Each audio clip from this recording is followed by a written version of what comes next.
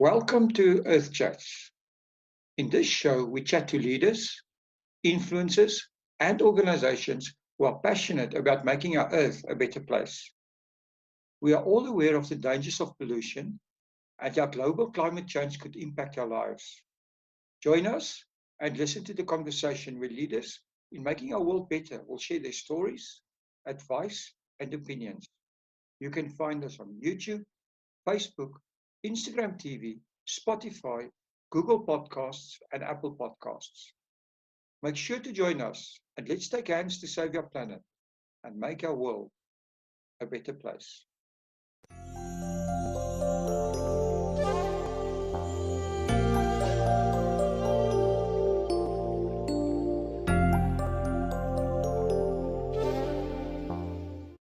Good day, everyone, and welcome to Earth Chats.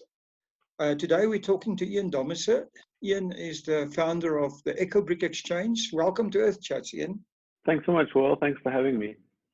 No, it's a pleasure. It's an interesting concept that you have, the EcoBricks, so I'd love to talk about it. Can you give us some background about yourself and how you became involved with the environment and environmental enterprises? Sure thing. So as a child, I always loved spending time in nature, be it on the mountain or on the beach. And I was very curious about nature and sort of wildlife in general. And then obviously, as I grew up, I started to become aware of the plastic pollution problem. But then also as a child, during high school, I came across the Habitat for Humanity organization and became quite involved with sort of, doing those projects, but then also we had to raise funds sort of as a collective at school. And so through that way, I got to, start to go into different communities and to interact with different cultures. And I found it really fascinating and really, I enjoyed the ability to have, a proper impact. And so after school, I studied architecture, and during architectural studies, there's not time for much else. But once I completed my master's, I didn't have a job yet, and I started. I came across the EcoBrick concept, and that's when I started studying it and became fascinated with it. So I think that's sort of how it brought me to sort of the environmental space, and I was curious as to why it wasn't being used in South Africa, and so I invested a lot of time and effort into finding ways to get it into the industry. Oh, that's awesome. So so that's been your since you've started, this has been what your passion's been, and you've been able to follow that. Yeah, it's been an interesting journey. I mean, in the beginning, it was a side side interest, and I was full-time employed for the first couple of years. But at the time, I was living in Port Elizabeth, and actually after working for just the first year, my living expenses in my situation in PE was so low that I could actually take, I took an 8-month employment gap where I concentrated on what was then an organization development full time. And I must say that was significant because it meant that then we could really concentrate and find our first project and give the development the time that it needed. And then I slowly did actually go back into formal employment, ironically with the architectural firm that we were developing it with. And so kind of since then, I've had different sort of statuses of formal employment, but I've actually left the sort of main architectural industry back in 2016 so that I could develop the project full-time and also freelance in landscape design, which I'm very passionate about as well. Oh, that's awesome. So, Ian, should we all move back to PE with the low cost of living there in the current situation? It seems like that might not be a bad idea. It was such a strange scenario. So good friends of ours, the Udemans, they lived in Saudi Arabia, and we were literally just house and dog sitting for them. And so that's why we didn't have to pay rent. And I grew a lot of vegetables in my backyard. So it was strange that our living expenses were so low. But it wasn't necessarily a PE thing. Oh my word! Okay, so the EcoBrick Exchange. Can you tell us a bit more about what it actually is and what the history of the EcoBrick Exchange is? Sure, and I'm going to go sort of in the journey in which it started. So in the beginning, it formed because I was fascinated about building with EcoBricks, and we wanted to build a school out of EcoBricks in Port Elizabeth. And so that gave rise to the forming and the registering of a nonprofit organization. But as we developed, and it was quite a long journey to get that building plan approved by the municipality, during the time we got a lot of access to opportunities in sort of networking and marketing and design conferences. So quickly the word got out, and we were overwhelmed with requests for project support across the country. And we quickly saw that it's not really sustainable for me or one of the team members to fly around and do these projects, mostly because the areas where we were building the schools are under-resourced communities, and they didn't have the greatest sort of financial backing. Mm-hmm. And so during the time, actually about a few years after we started, the city of Cape Town contracted us to be a part of the school that they were building outside Delft, which was built out of all different types of reclaimed materials. And it was a very successful project. We trained the local community members and schools to make about over 4,000 EcoBricks, which they then used in the school. And the project came out successfully. It did cost a lot of money to the city of Cape Town. Look, a lot less than what it would have cost for a standard construction. In fact, they had a 20% cost saving. But if you go back to Delft today, you won't find that many people eco-bricking. And so we've been taking a few steps back since then and looking at, okay, well, we want to be sustainable, and we want to, our purpose is to protect the environment from plastic. And so therefore, maybe we mustn't be so hell-bent on only creating buildings with EcoBricks if the model isn't sustainable. And if we aren't teaching and empowering people to start their own micro businesses, then maybe the habit isn't going to stick, and it's not going to keep on protecting the environment in those areas. And so we developed a range of skills training programs, which basically teaches people to not only make an EcoBrick, but to build a small structure of value, so that then they can have a little enterprise and they can sell those items so that they can then perpetuate the environmental protection, but also to create income opportunities. So, we are very much a different organization today as to what we started. And so today we're an enterprise development agency, which works to strengthen the green economy. So the green economy is any industry which improves the environment rather than harming it. So that's why, we very much focused on gardening and composting, and we've actually got quite a few sort of edible gardening projects, many of which happen to use the EcoBricks as well. But part of the skills development we include is, how to grow your own vegetables in an urban setting, so that then you can develop obviously food, but you can also develop this important skill, which in a time like this, as we're all seeing, is crucial.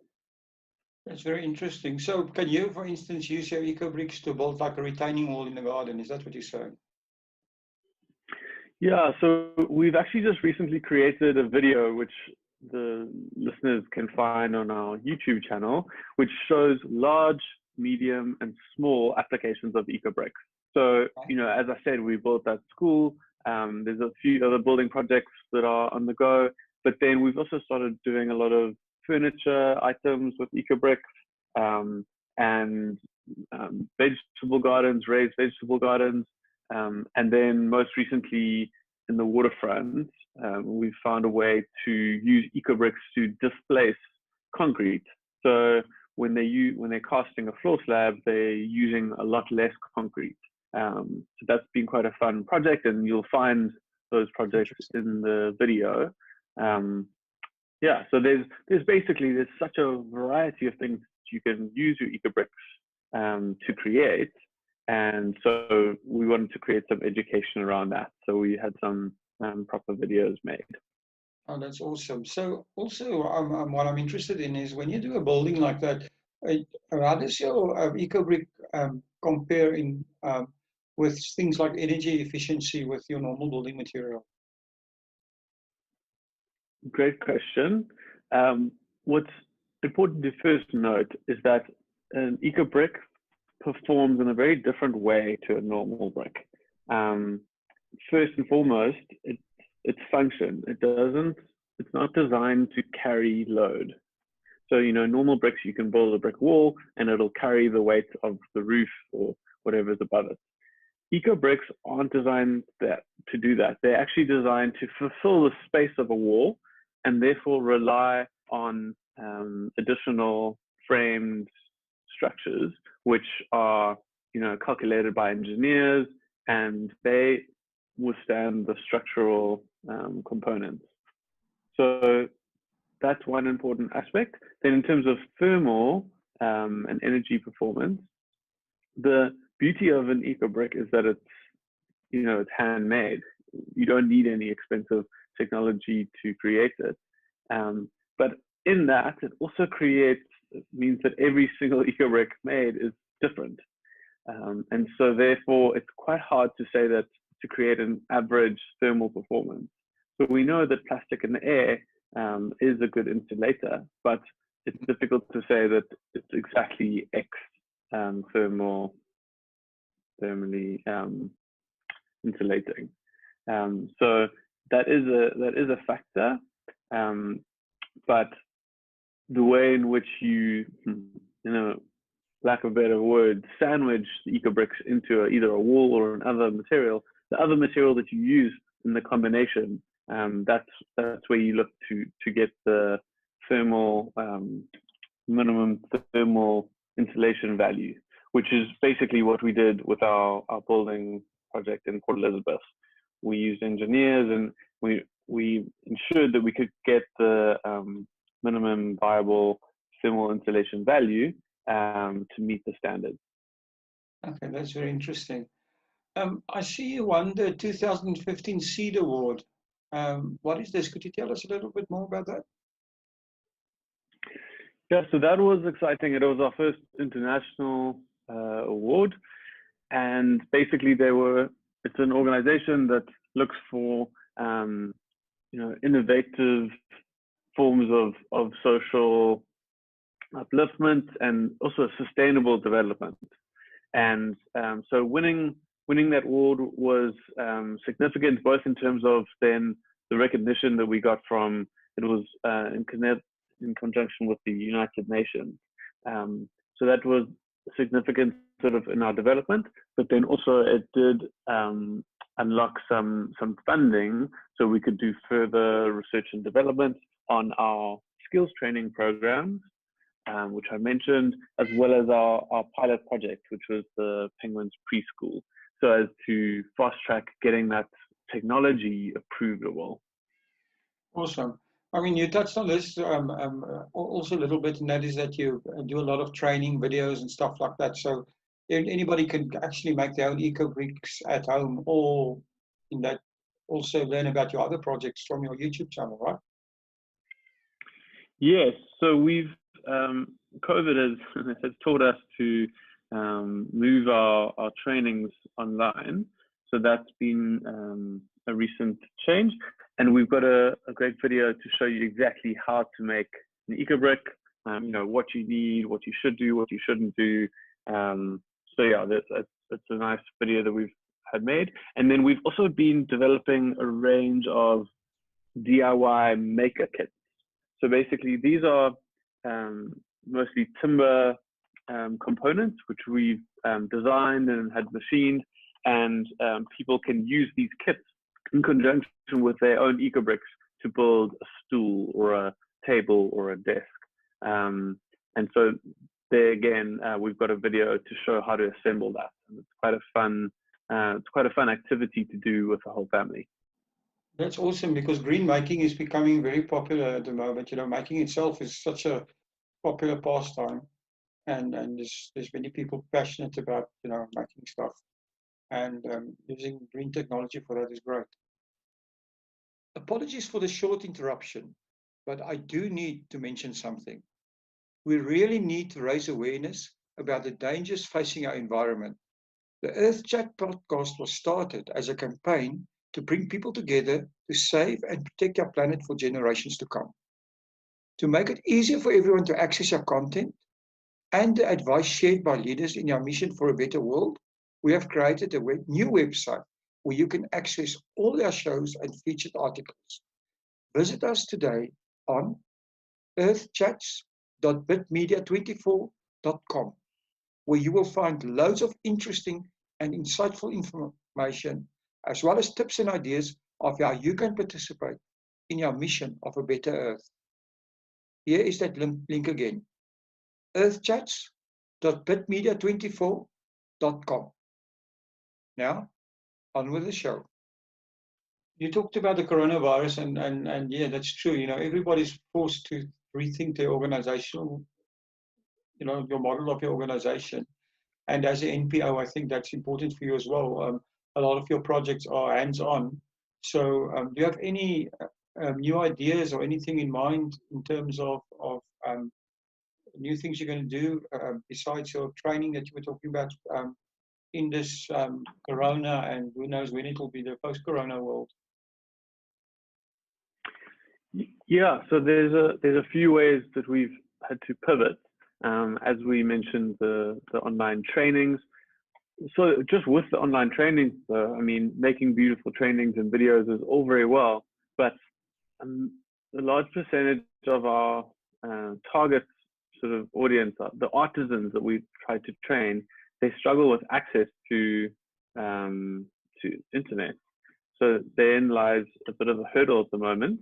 So we're having to look for sort of partnerships with alternative internet providers so that we can share access. But yeah, the other way that we've pivoted is that before we used to have drop-off points where people who would make EcoBricks, then they could drop them off. Actually, even without the pandemic, those drop-off points weren't working very well.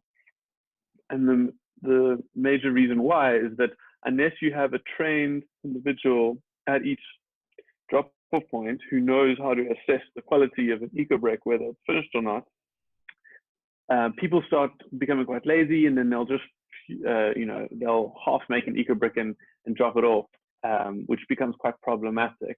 Or so those drop-off points did prove to be challenging, and so we were looking to close those anyways. So now what we've been innovating, and it's nearly ready to launch, is what we're calling our portal system. So basically, for a portal to function, it needs to have a trained EcoBrick expert, and they need to have a range of educational material at that place, so that when you do deliver your EcoBricks, you can also become informed about, what is the local recycling opportunities, or, where can you take your food waste, so that it's not just about EcoBricks, but it's about more segments of the sort of waste streams. And it's a place where you can see what your donation is helping. So we like to run beneficiary projects in under-resourced schools in different parts of the country. So when you drop off your EcoBricks, you can then also get an update as to what's happening with so-and-so project. Oh, that sounds amazing. Talking about projects, are there any projects big projects at the moment that you would like to, to get some awareness for, or want to talk about? Yes, so I mentioned the Waterfront Project. So that one is still under construction, and it's quite an exciting one because they're using about 13,000 EcoBricks and they're displacing 42 cubic meters of concrete, and that what we're calling the commercial use of EcoBricks is a world first. So we've been working with the engineering firm called Arup, and the Waterfront Precinct, who have spearheaded the project. It's been great to have both of their support, but what the project is enabled to achieve is the use of those EcoBricks is actually going to be informing the building's Green Star rating. And with the higher Green Star rating means that one day the property owners will be able to charge a higher rental to the tenants. So that's quite it's quite a game-changing sort of EcoBrick project. And then another few smaller projects that we have are more urban gardens. So we've got a raised vegetable garden, which used about over 1,000 EcoBricks, and that is an ongoing sort of urban farming initiative. And since starting last July, we've grown 3.5 tons of fresh vegetables, which are donated to 2 food security NGOs, the Homestead and Ladles of Love, who at the moment are playing such a vital role in, feeding the masses of hungry people. Oh, that's awesome.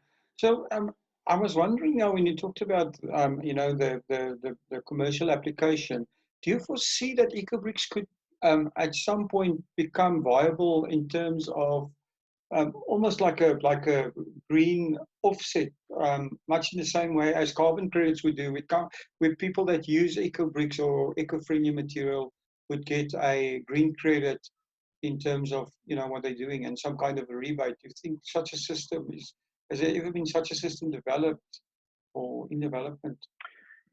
Yeah, I think that definitely there are going to be tax benefits, there are going to be carbon rating benefits, but also just the system that we are enabling is through partnerships with different organizations who work in the environmental sphere. We are essentially going to be acting as a middleman between the construction industry, where we are getting demand for EcoBricks, and then going to the artisans and the wastepreneurs, if you want to call them, and stimulating this exchange, so that then each EcoBrick that we sell is an income opportunity as well as an environmental tool. So that's the sort of route that we're going. It is going to take a while for the consumer wants to be able to touch and feel something before they can feel safe in it. So we still need to do a lot more education around how do engineers and architects specify EcoBricks to be used. The other thing that I'm wondering is how scalable is the production of EcoBricks in this way? I mean, how many EcoBricks can you guys actually produce with this system? Well, exactly. So if you look at, in my view, the model of using EcoBricks to build low-cost housing or low-cost things, if you run out of EcoBricks, which can quickly happen, and you need EcoBricks to be made, it's because it takes at least half an hour to 40 minutes to make one EcoBrick. It's not viable in terms of time for mass use of EcoBricks.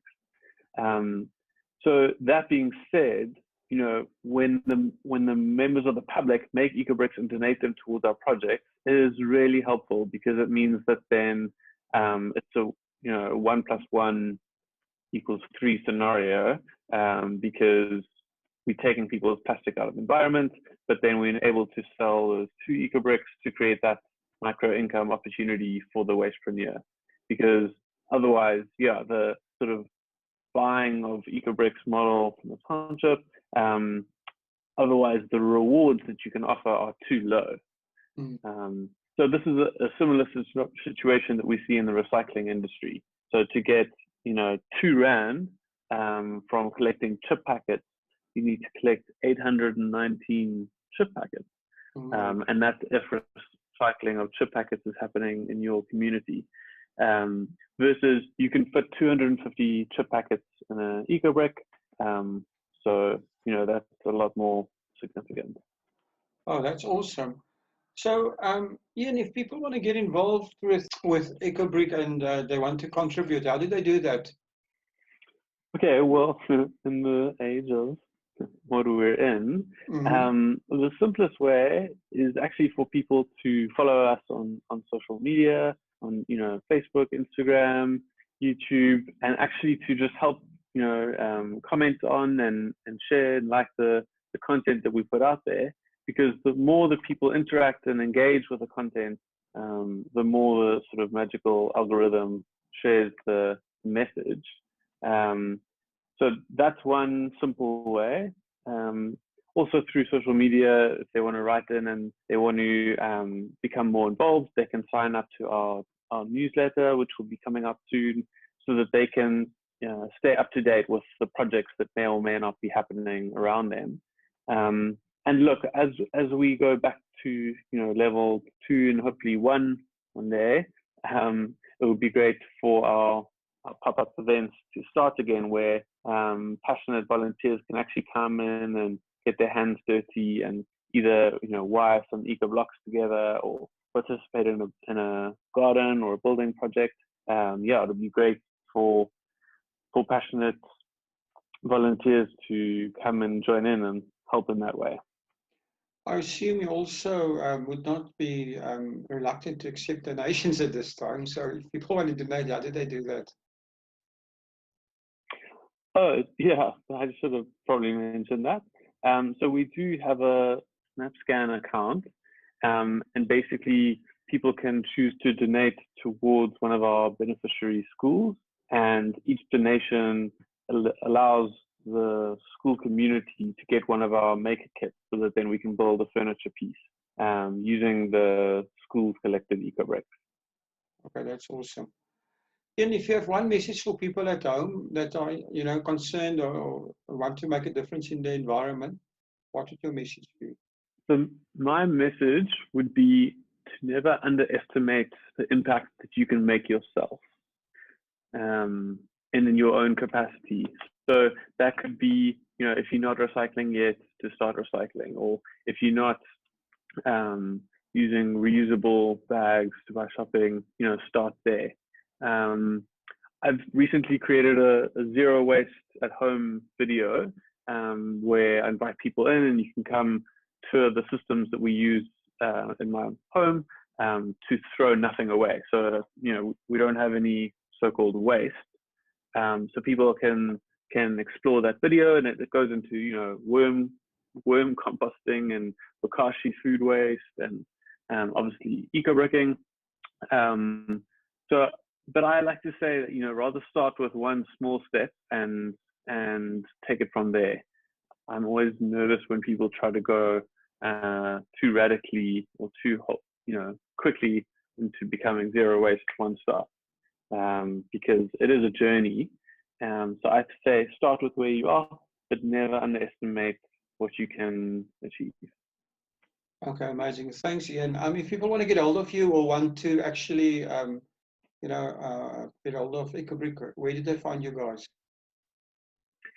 So on Instagram, Facebook, and YouTube, we are called EcoBrick, one word, Exchange. So just at EcoBrick Exchange.